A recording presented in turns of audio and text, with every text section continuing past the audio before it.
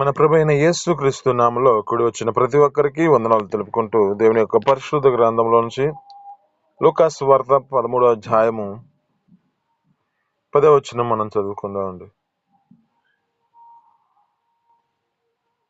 లూకా సువార్త 13వ అధ్యాయము 10వ వచనం.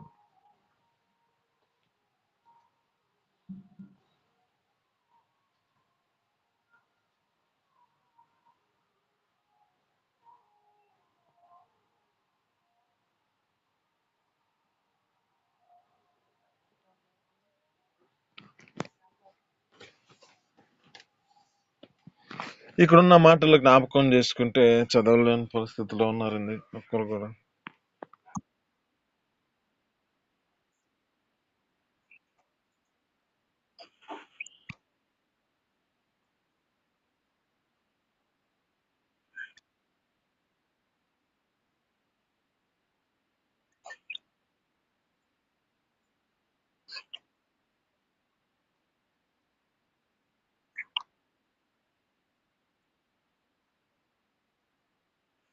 ఇక్కడ మనం చేసుకుంటే ఇక్కడ ఒక వ్యక్తి కనబడుతోంది. వంగిపోయిన తన జీవితంలో బలహీనపరచబడిన ఒక స్త్రీ కనబడుతుంది.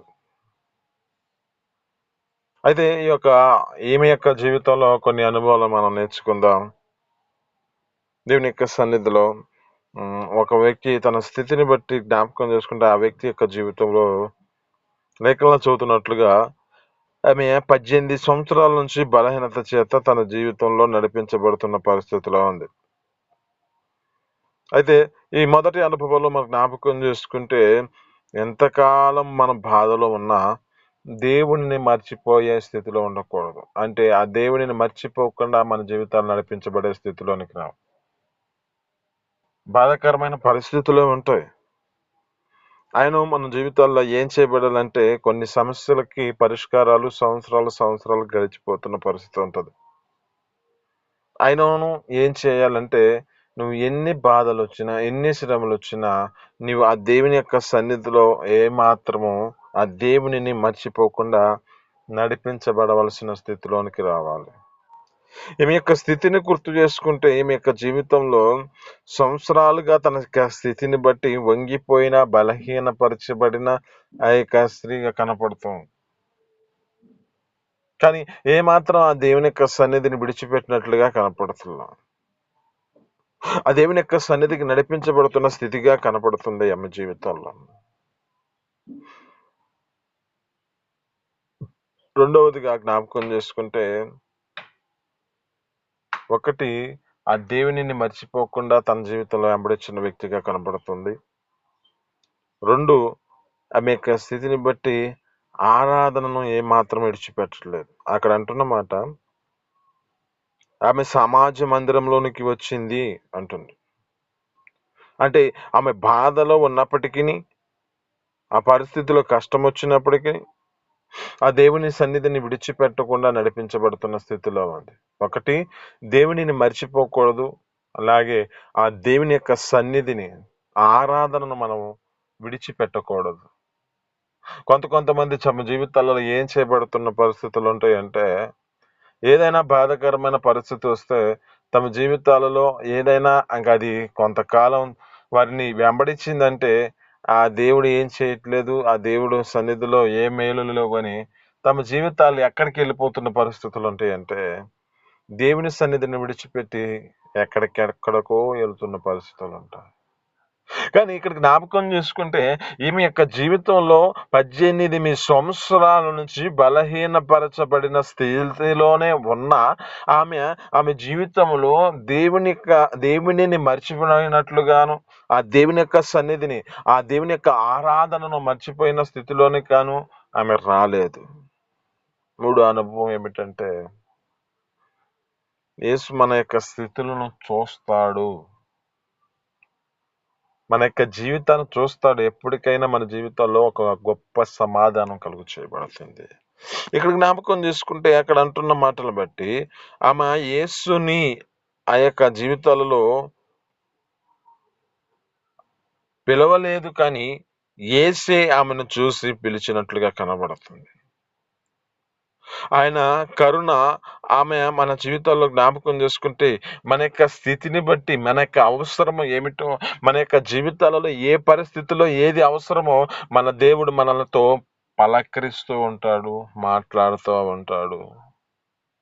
మనమే కొన్ని కొన్ని విషయాల్లో మాట్లాడలేని స్థితిలో ఉండొచ్చు. అక్కడ అంటున్నమాట, యేసుని ప్రేమించి ఆమె పిలవలేదు, కానీ ఆమె జీవితంలో జ్ఞాపకం చేసుకుంటే ఏసే ఆమెను చూసి పిలిచినట్లుగా కనపడుతుంది. ఆయన కరుణను చూపించినట్లుగా కనపడుతుంది. ఇక్కడ మన జీవితాల్లో జ్ఞాపకం చేసుకుంటే మన కన్నీళ్ళు బాధలను ఇతరులకు తెలియకపోయినా చూసే దేవుడు మన ప్రభైన యేసుక్రీస్తు చూస్తున్నాడని ఆయనపై మనం నమ్మకం కలిగి నడిపించబడే స్థితిలోనికి రావాలి. అంటే ఇప్పుడు యేసు మన యొక్క స్థితులను చూస్తాడని నీ జీవితంలో ఒక నిరీక్షణతో కొనసాగించబడే స్థితిలోనికి రావాలి. 4, యేసు యొక్క మాటలో మనకి విడుదల కలుగుతుందని మనం గ్రహించాలి. అంటే ఆయన మాటలో శక్తి ఉన్నదని, ఆయన మాటలో జీవం ఉన్నదని, ఆయన మాటలో మన యొక్క స్థితిని బట్టి జ్ఞాపకం చేసుకుంటే ఏ పరిస్థితినైనాను తొలగించడానికి ఆయన మాటే మన జీవితాల్లో స్థితిని బట్టి మనల్ని ఆదరించగలిగినదిగా, నెమ్మదిపరిచేదిగా, వేదనకరమైన స్థితిలోంచి విడిపించేదిగా కనపడుతున్న స్థితిలోకి వస్తుంది. అందుకే అంటాడు కదా, మనుషుడు రొట్టె వలన కాదు కానీ దేవుని నోట నుండి వచ్చు ప్రతి మాట మనిషిని బ్రతికిస్తుంది అంటున్నాం. ప్రతి మనిషికి ఈ యొక్క మాట జీవం కలగజేస్తుంది. అప్పుడు ఎందుకంటే మన జీవితాలలో ఈ స్థితిలోనికి అంటే మనకిచ్చిన ఈ యొక్క ధన్యతను బట్టి మనము ఈ లోక సంబంధమైన ప్రతి ఒక్క వాటిని మనం వెంబడించట్లేదు, కానీ మనకిచ్చిన ఈ యొక్క ప్రభైన యేసుక్రీస్తుని వెంబడిస్తున్నాం కనుక ఆయన మాటలో జీవం ఉన్నది కనుక ఆయన మాట చేత మన జీవితాల్లో ఏం చేయబడాలంటే విధేయులుగా నడిపించబడుతూ ఆ మాటలో మన జీవితాల్లో ఆ జీవమును పొందుకునే స్థితిలోనికి రావాలి. ఇక్కడ ఆమె యేసు మాటలో విడుదలని గ్రహించాలి. ఇక్కడ ఆమె యొక్క స్థితిని జ్ఞాపకం చేసుకుంటే బలహీనత నుండి నువ్వు విడుదల పొందితివి అని యేసు చెప్పగానే ఆమె జీవితంలో స్వస్థత కలిగింది అంట. ఆమేన్, హల్లెలూయా. అంటే ఆమె జీవితంలో ఇంతకు ముందున్న పరిస్థితి ఎంతగా వేదనకరమైన పరిస్థితిలో ఉన్నా దేవుడు ఒక దినాన ఆ యొక్క స్థితిని గుర్తు చేసుకుంటాడని, అలాగే ఆయన స్వస్థపరుస్తాడని ఒక నిరీక్షణతో కొనసాగించబడాలి. మనం నిరీక్షణ కొనసాగించబడే స్థితి ఎంతవరకు ఉంటుంది? గట్టిగా మనం చూస్తే మన జీవితాల్లో ఆ లేఖనాలు చదువుతూ ఉంటాయి, 10 దినాలు అంటాడు. మరి ఎందుకని అంటే మనం 10 దినాలు కూడా దేవుని సన్నిధిలో నడిపించబడలేని పరిస్థితిలో ఉండొచ్చు. మరి ఆమె జీవితం 18 సంవత్సరాల నుంచి ఆమె యొక్క స్థితిని బట్టి దేవుని యొక్క సన్నిధిలో తన జీవితాన్ని నడిపించుకుంటున్న స్థితిలో ఉంది. ఆ దేవుడిని మర్చిపోయినట్లుగాను, ఆ ఆరాధనను విడిచిపెట్టినట్లుగాను ఆమె జీవితంలో ఏమాత్రమో ఆ యొక్క స్థితిని బట్టి కనపట్లేదే. అలాంటి స్థితిలోనికి వస్తుంది. అలాంటి జీవితం తన జీవితంలో నడిపించబడుతున్న స్థితి ఉన్నది. అక్కడ ఆమె యొక్క జీవితం అలాంటి స్థితిలోనికి ఉంది కనుకనే ఆమె జీవితంలో బలహీనతల నుంచి విడుదల పొందినట్లుగా ఆమె యొక్క స్థితిని బట్టి కనబడుతుంది.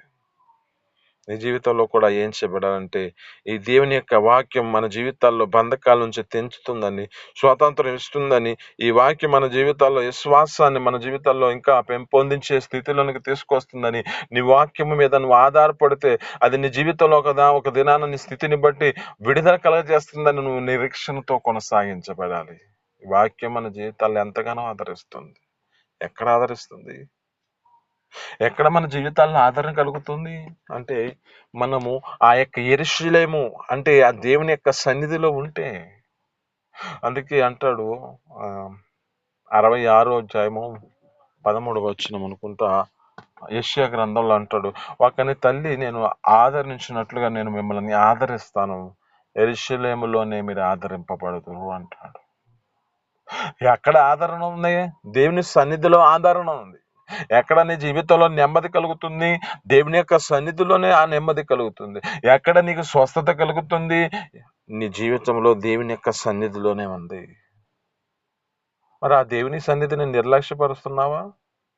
ఆమె జీవితంలో సంవత్సరాలు దేవుని సన్నిధిలో నడిపించబడుతున్న స్థితిలో ఉంది. కానీ మన జీవితాలలో ఎంతవరకు నడిపించబడుతున్నాం? లేఖనాలు చదువుతున్నట్లుగా జ్ఞాపకం చేసుకుంటే ఏమని చదువుతుందంటే, ఆ లేఖనాల్లో చదువుతుంటది, ప్రకటన గ్రంథం 2వ అధ్యాయం 9-10 వచనంలో అంటాడు, 10 దినాలు శ్రమ కలుగుతుంది, నీ జీవితంలో నమ్మకంగా జీవించు, నీకు ఒక జీవ కిరీటం దాచిపడి ఉంది అంటున్నాడు. చూడండి, అంటే 10 దినాలు మన జీవితాలలో ఏం చేయబడాలి? ఒక నిరీక్షణతో కొనసాగించబడాలి. అంటే ఆ శ్రమలో మనం ఆ దినములలో అలాంటి స్థితిలోనికి రావాలి. అంటే అన్ని దినములు, ఆ 10 దినాలు మనం దేవుని సన్నిధిలో మన యొక్క స్థితిని బట్టి ఒక నిరీక్షణతో కొనసాగించబడితే దేవుడు గొప్ప అద్భుతాన్ని చేయగలుగుతాడు. పరీక్షించబడుతుంది మన జీవితాలు కొంతవరకు. ఈమె జీవితం జ్ఞాపకం చేసుకుంటే 18 సంవత్సరాల నుంచి పరీక్షించబడుతున్న పరిస్థితిలో ఉన్నది. మరి అయినా దేవుడు ప్రేమించాడు కదా. ఆమె జీవితంలో ఏ విధమైన స్థితిలో ఉన్నదో ఆమె యొక్క స్థితిని గుర్తు చేసుకుంటున్నాడు కదా. ఈ దినం నీతో మాట్లాడుతున్న మాటను బట్టి నీ జీవితంలో ఎంతగా శ్రమ పట్టబడినా నువ్వు ఒక నిరీక్షణతో కొనసాగించబడితే నీకు ఒక జీవం కిరీటం, అంటే మన జీవితాల్లో ఒక జీవాన్ని ఇస్తాడు.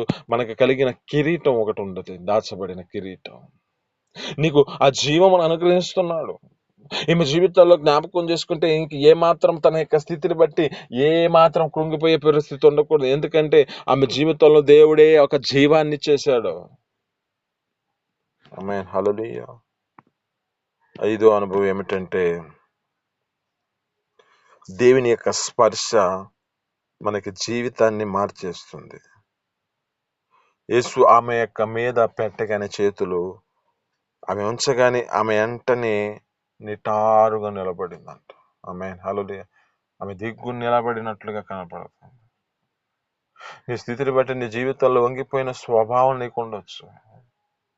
వంగిపోయిన స్వభావంలో నీ జీవితం నీ యొక్క స్థితిని బట్టి నడిపించబడుతున్న పరిస్థితుల్లో ఉండొచ్చు.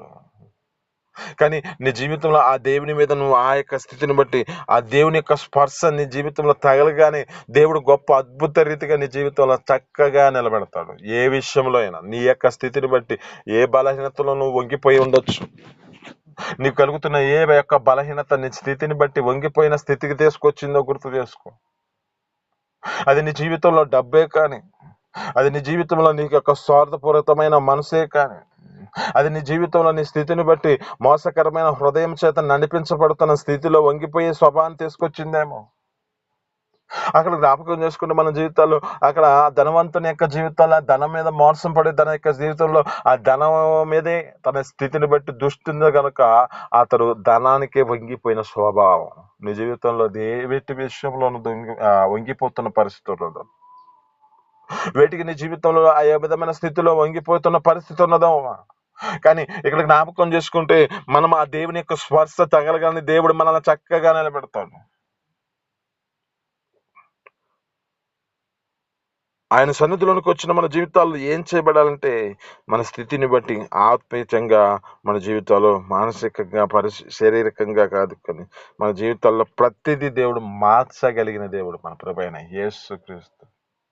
నీ పరిస్థితుల్లో ఏ విషయంలో నువ్వు వంగిపోతున్న పరిస్థితి ఉన్నదేమో, ఆయన మన దేవుని యొక్క స్పర్శ తగలగానే మన జీవితాల్లో గొప్ప అద్భుత రీతిగా చక్కగా నిలబెట్టగలుగుతాడు మన దేవుడు. ఎన్నో దినాల నుంచి ఎంతో క్రైస్తవులను ఇబ్బంది పరిచిన ఒక వ్యక్తి తన జీవితంలో దేవుడు తన యొక్క స్థితిని బట్టి జ్ఞాపకం చేసుకుంటే అతని కొరకు ప్రత్యేకమైన స్థితిలో దేవుడు ఏర్పరచుకొని ఆ యొక్క వ్యక్తి ఆ దైవజనులను పంపిస్తున్నాడు. అక్కడికి పలానా ప్రాంతంలో దైవజనుడు పోయి నువ్వు అతనికి ప్రార్థన చేయి. అతని జీవితంలో ప్రార్థన చేయగా దేవుడు గొప్ప అద్భుత రీతిగా అతనికి కన్నులు తెరవబడ్డా. అక్కడ జ్ఞాపకం చేసుకుంటే అతడు ఏం చేయబడ్డాడంటే దేవుడు ఎన్నుకున్న సాధనం అంట. ఈ సాధనం ఇప్పుడు అంతకు ముందున్న స్థితిని బట్టి వంగిపోయిన స్వభావం చేత నడిపించబడుతున్న పరిస్థితి. కానీ దేవుడు తన జీవితంలో దర్శించిన దినమున చక్కగా నిలబడ్డాడు. ఎంతగా చక్కగా నిలబడ్డాడో తెలుసా? ఎన్ని శ్రమలు వచ్చినా, ఎన్ని బాధాకరమైన పరిస్థితులున్నా, ఎంతో వేదనకరమైన పరిస్థితి వచ్చినా, యూదుల చేత తన జీవితంలో తక్కువ ఆ యొక్క తన్నులు తిన్నందుకు అంటాడు. యూదుల అంట 5 మార్లు ఒకటి తక్కువ 40 దెబ్బలు తిన్నాడంట. ఓ మారు బెత్తంతో కొట్టబడ్డాడంట. అతని జీవితంలో జ్ఞాపకం చేసుకుంటే ఎన్నో శ్రమలు, ఎన్నో పరిస్థితుల్లో కూడా జ్ఞాపకం చేసుకుంటే చక్కగా నిలబడ్డాడు. ఎందుకు అంటే దేవుని యొక్క స్పర్శను తన జీవితంలో తన స్థితిని బట్టి ఆ యొక్క జీవితంలో ఆ స్పర్శను తెలుసుకున్నాడు కనుకనే తను నిలబడ్డాడు. ఇంకా వెనక్కి తిరగల. తర్వాత జీవితానికి తన జీవితాన్ని ఇంక వెనక్కి తిప్పుకోలా. తన జీవితంలో ఆ దేవుడిచ్చిన ఆ యొక్క స్థితిని బట్టి, ఆ స్పర్శ జ్ఞానాన్ని బట్టి దేవుని సన్నిధిలో దాన్ని చక్కగా కాపాడుకున్నాడు. ఇది నీతో మాట్లాడుతున్న మాటలను బట్టి నీ జీవితంలో ఆయన మన జీవితాల్లో స్పర్శించగా మన జీవితం మార్పు కలుగుతుంది. ఇంకా మార్పు కలగట్లేదంటే మనం ఆయన స్పర్శను మనం చూడలేని పరిస్థితిలో ఉండొచ్చు. ఆయన స్పర్శను మన జీవితాల్లో వెంబడించలేని పరిస్థితిలో ఉండొచ్చు. కనుక ఈ దినం నీతో మాట్లాడుతున్న మాటలను బట్టి ఆయన స్పర్శను మనం పొందుకుందాం. ఇక నువ్వు జ్ఞాపకం చేసుకుంటే ఆయన మన జీవితాల్లో నిజమైన స్వచ్ఛత, దేవుని మహిమను తీసుకొస్తుందని మనం గ్రహించాలి.